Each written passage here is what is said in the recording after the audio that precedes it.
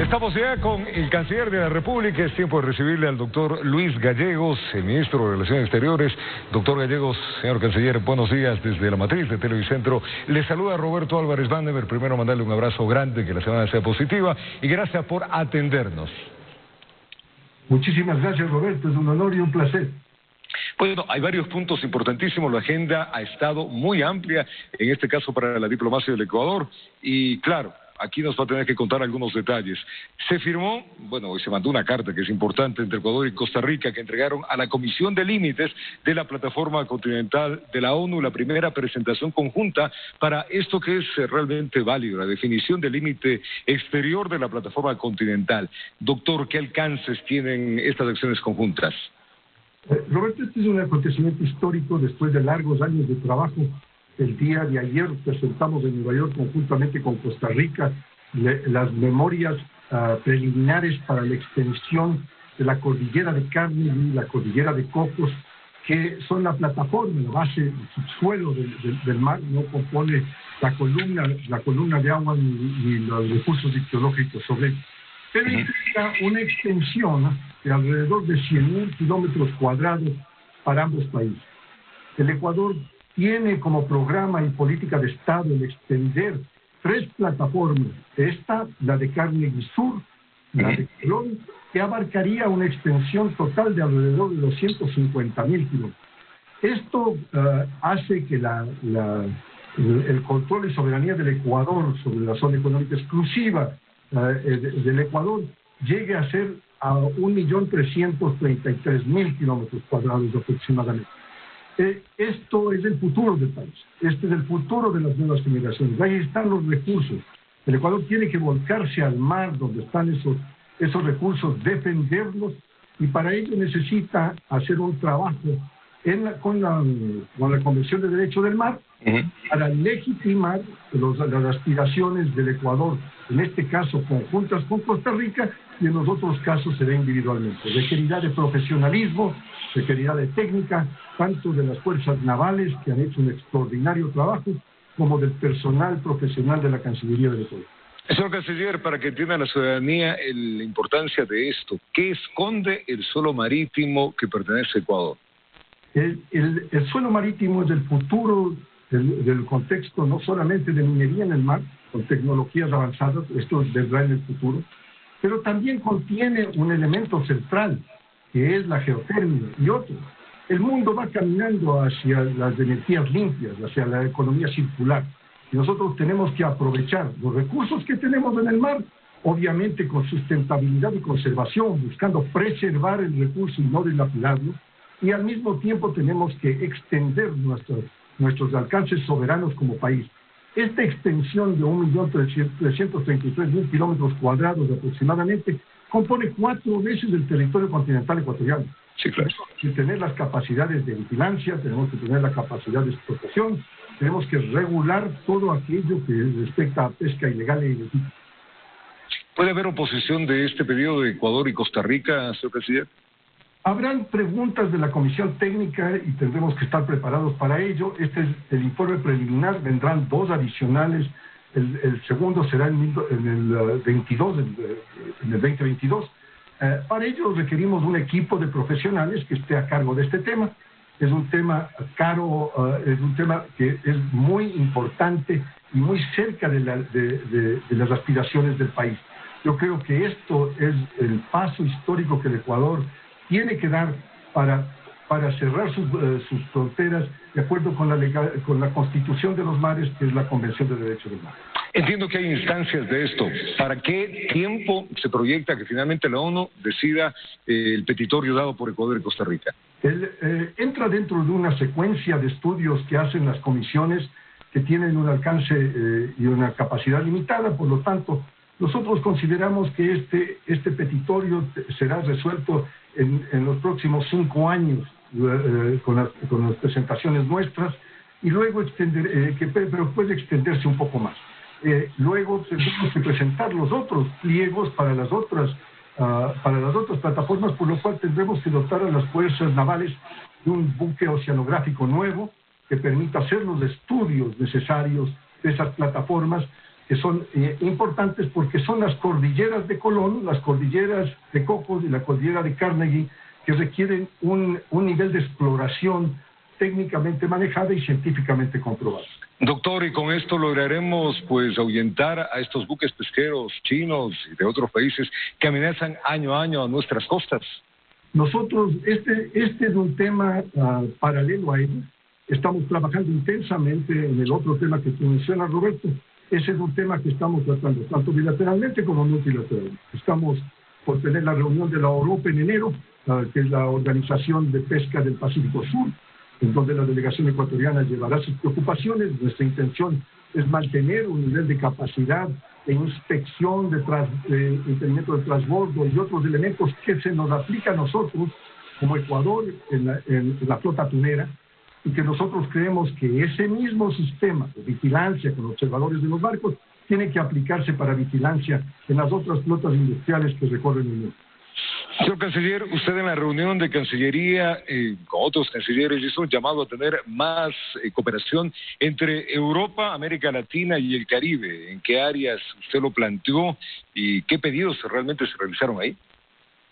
La verdad es que el COVID ha alterado nuestras vidas.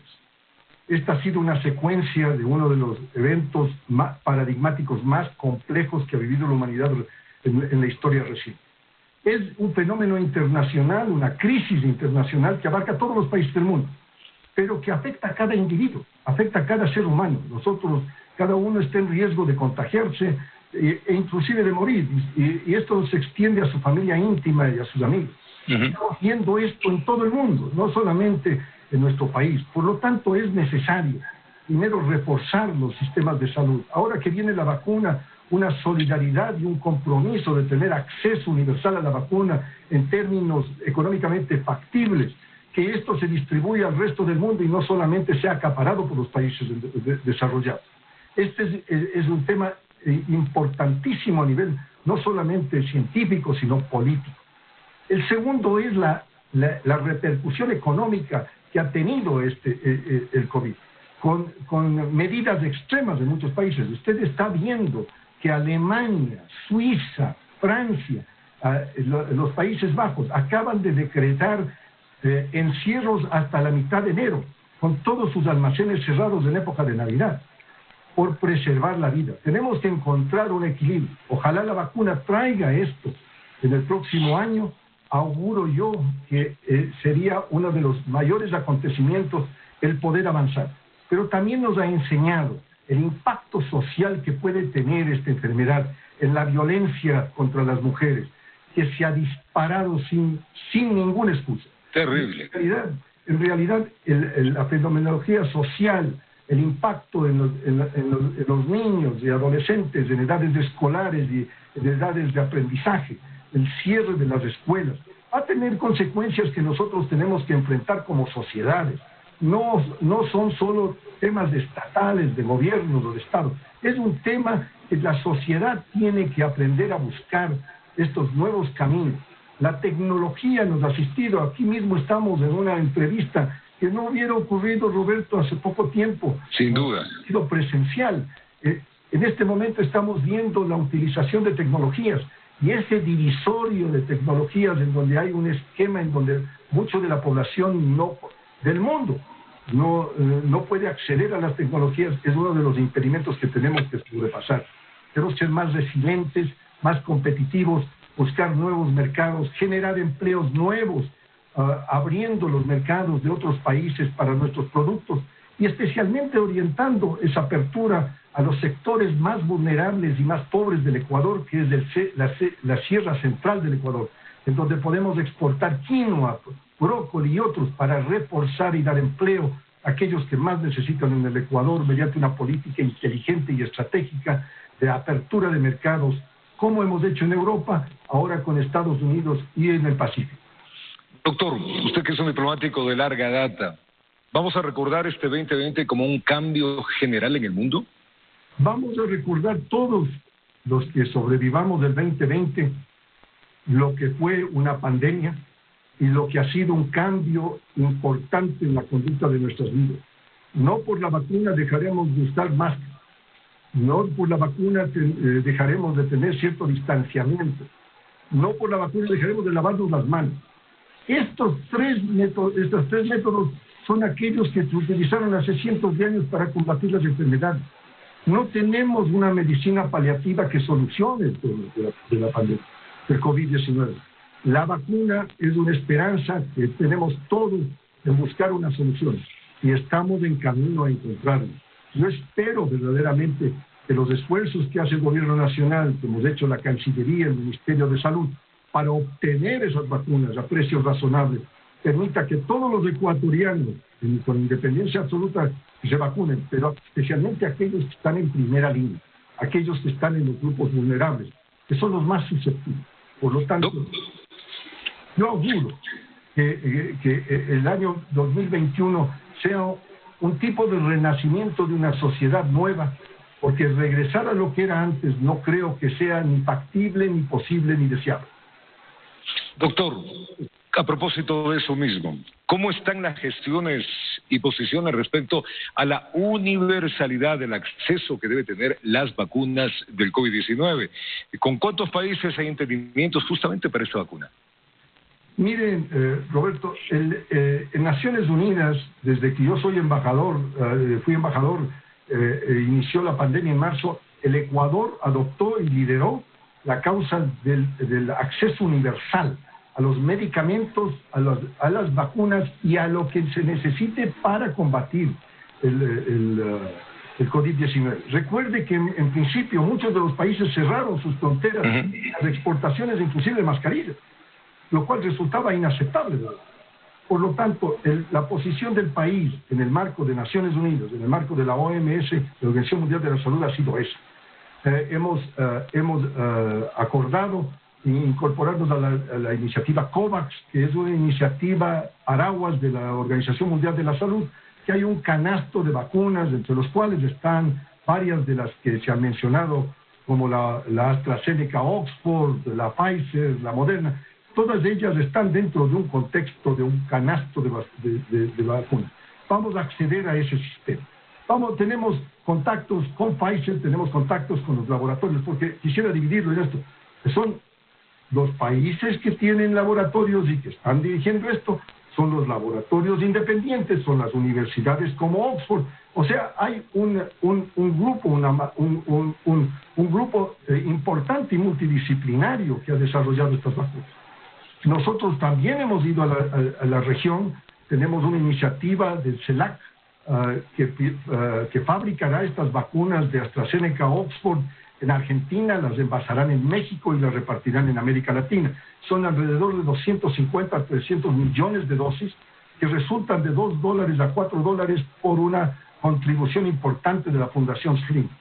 Este tipo de iniciativas, no obstan en que nosotros hayamos hecho gestiones y conversado con los rusos, con los chinos, con cualquier país que tenga desarrollo, porque creemos que la mesa está abierta y hay que tener todas las alternativas posibles, porque no con una dosis de un año tenemos la seguridad de que esto se vaya a sanar. Totalmente de acuerdo. Doctor, vamos a otro tema que también preocupa. ¿Cómo mira usted el acuerdo de primera fase que se hizo con los Estados Unidos? Por ahí ya comenzaron algunos legisladores demócratas a no estar de acuerdo con esta postura. ¿Qué se plantea frente a eso?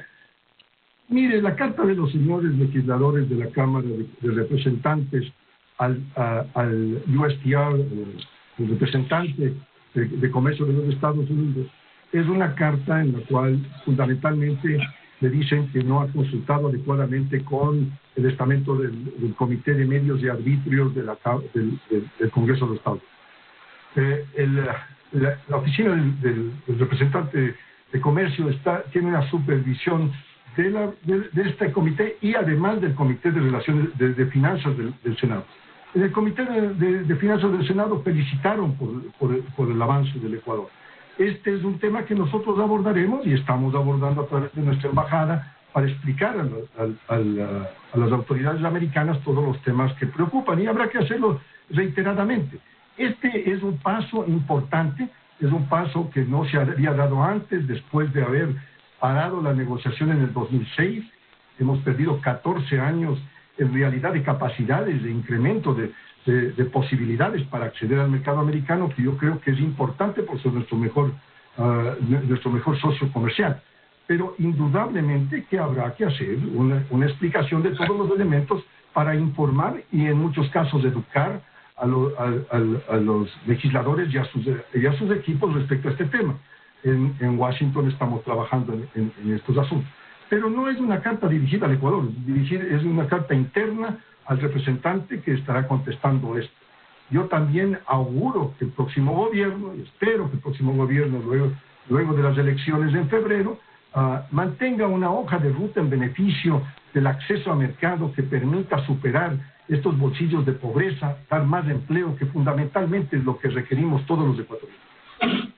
Señor Canciller, algo que también alegra mucho es la reconstrucción del Aeropuerto Internacional Eloy Alfaro de Manta. Esto se va a realizar con la Corporación Aeroportuaria de Corea. ¿Qué tipo de inversión? Porque es un acercamiento directo que han hecho ustedes, inversión que se va a manejar. ¿Qué beneficios directos se va a tener?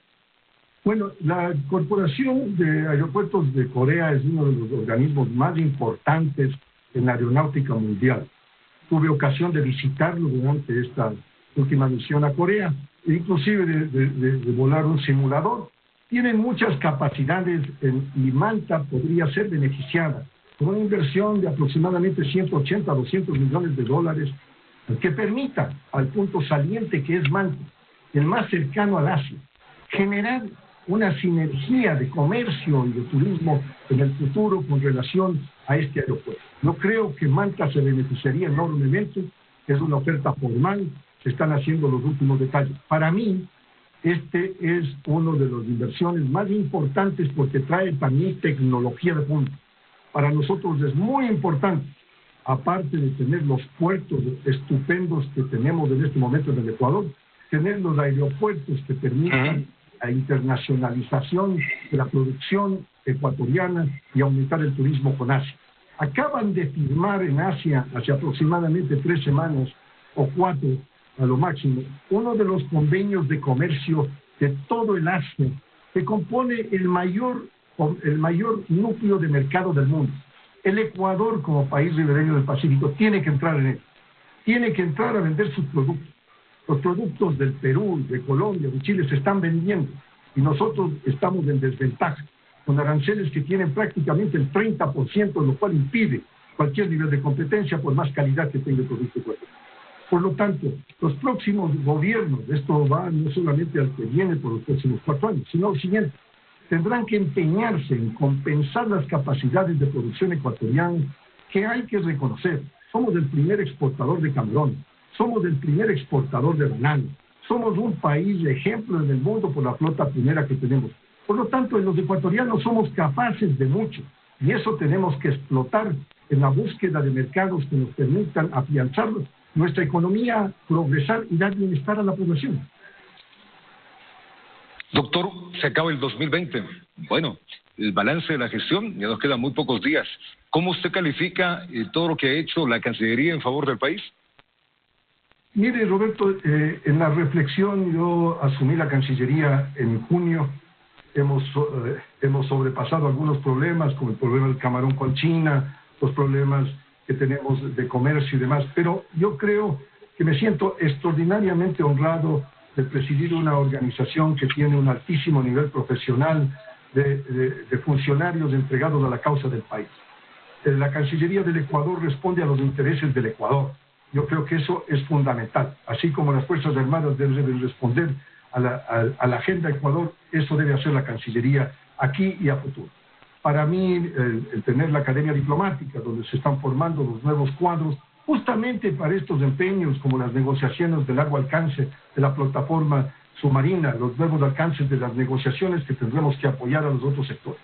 Yo me siento muy satisfecho de que estos 6 meses de pandemia, porque si alguna característica tenemos es que hemos vivido un año de lo más singular, lo más dramático, y que recordaremos en nuestras vidas la etapa del COVID.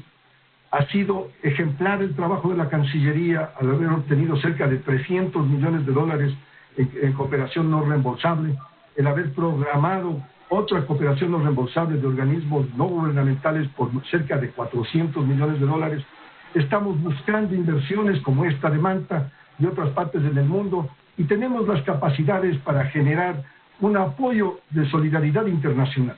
Aquí yo quiero hacer, Roberto, una reflexión.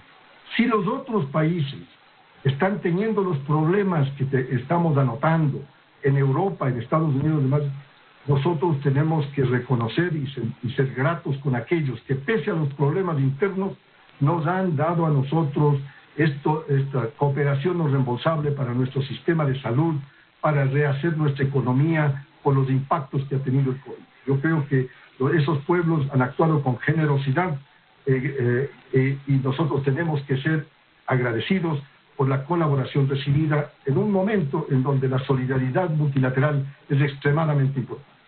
Finalmente, señor canciller, es grato reconocer el trabajo de personalidades que justamente se esfuerzan por que el país salga adelante. Queremos felicitarle también a usted por la condecoración Antonio Quevedo, entregada por el ilustre municipio del Distrito Metropolitano de Quito a personalidades que realizan la política internacional. Enhorabuena, señor canciller.